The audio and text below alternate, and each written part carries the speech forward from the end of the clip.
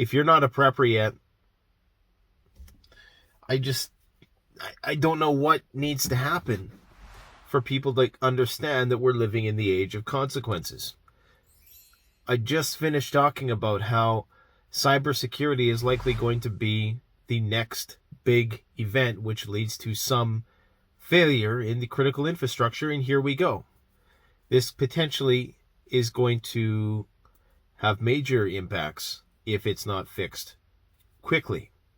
I'm not sure if this is related to the attack on the SolarWinds 4 months ago, where they were given basically backdoor access to all sorts of government organizations and major corporations. If you don't know about the SolarWinds hack, I suggest you do some research into it.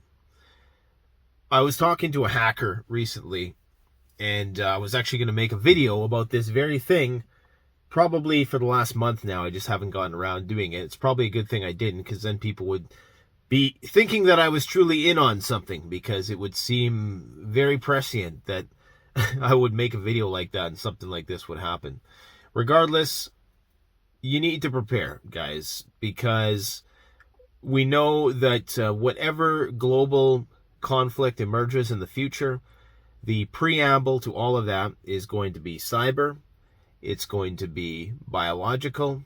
It's going to be a lot of things that aren't an actual kinetic exchange.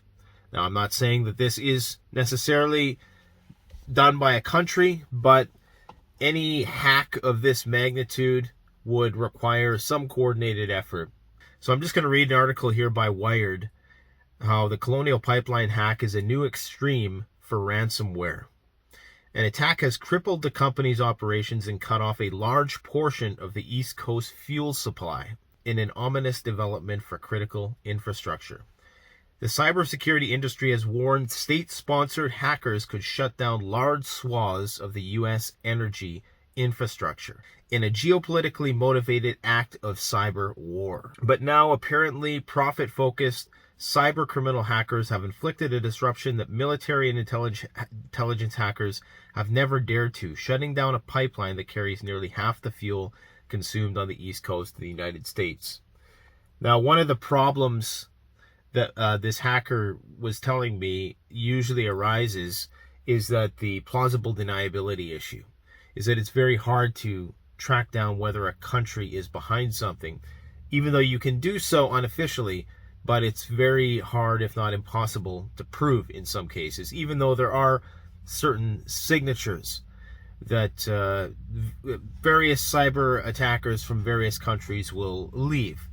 But this is part of the problem, is that even if you have some evidence that it's a certain country, the genius of cyber attack is that it can't be traced back to a certain country very easily, or a certain group of people. So this whole ransomware thing, as far as we know, there is a country behind it, but they're just using ransomware as a front. On Saturday, the Colonial Pipeline, which operates a pipeline that carries gasoline, diesel fuel, and natural gas along a 5,500-mile path from Texas to New Jersey, released a statement confirming reports that ransomware hackers had hit its network.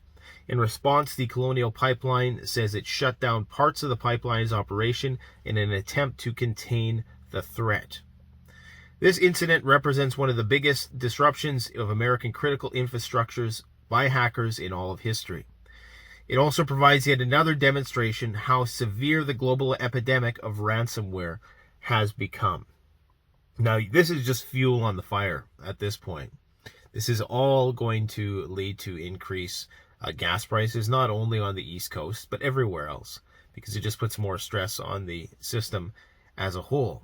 This is the largest impact on the energy system in the United States we've seen from a cyber attack, full stop, says Rob Lee, CEO of critical infrastructure-focused security firm Dragos.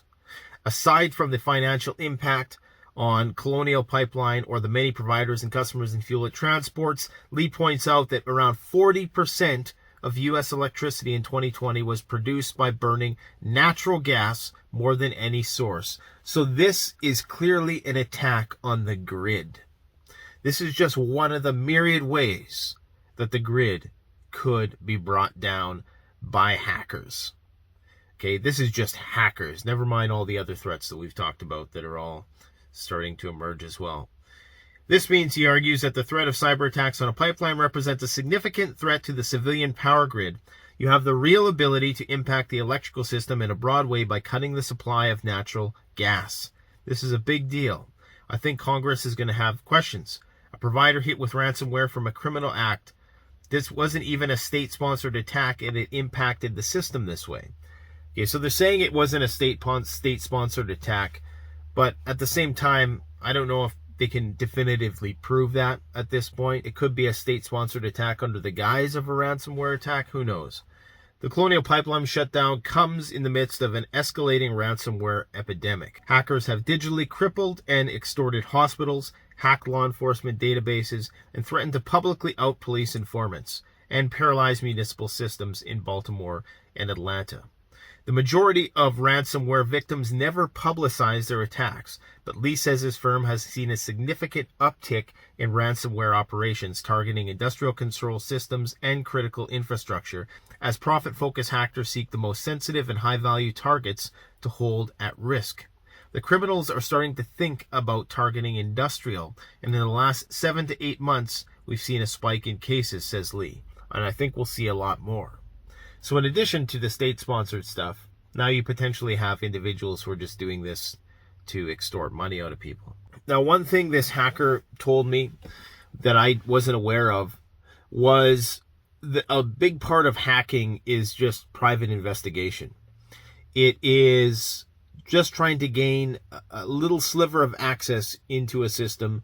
You open a door through somebody's system by an email, and then you can continue opening more doors within the system in that route. So it doesn't take much to get into one of these systems. What it takes is time, obviously, expertise.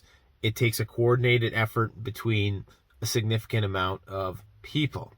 Now, it's not clear if the hackers bridged the gap to systems that could have actually allowed them to meddle with the physical state of the pipeline or create potentially dangerous physical conditions.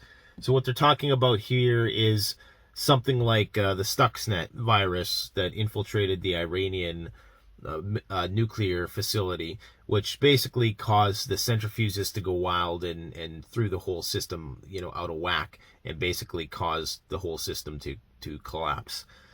That's what they can do from that end of things. They're not sure what level of manipulation this has afforded them.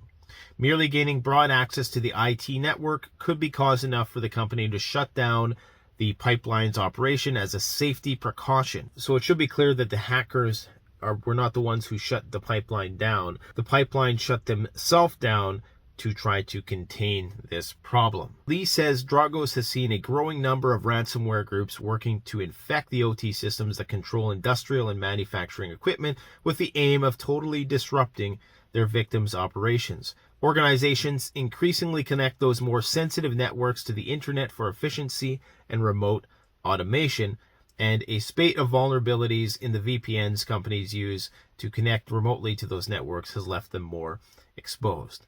So basically what they're saying here is that these threats are only going to become more numerous and more intense as time goes on. So they go on to say in this article how there needs to be more of a public-private partnership in order to try to address these issues.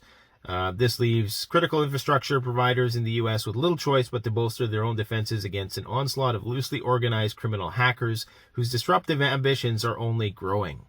Now, they really seem to be emphasizing here that this is a loosely organized group of criminal hackers. And I don't know the validity of that. I don't know enough about it. But all I know is that this is a serious existential threat to Western civilization. And people need to get prepared. You need to make sure you have a bit of petrol stored away. You need to make sure that you got your food and your water squared away for at least 3 months. The dollar is sinking like a stone, man. And this whole crypto thing, I don't know if all the money's going into crypto or what, but I don't know if you guys have been paying attention to the US dollar lately and the cost of food and various commodities, but it's going through the roof.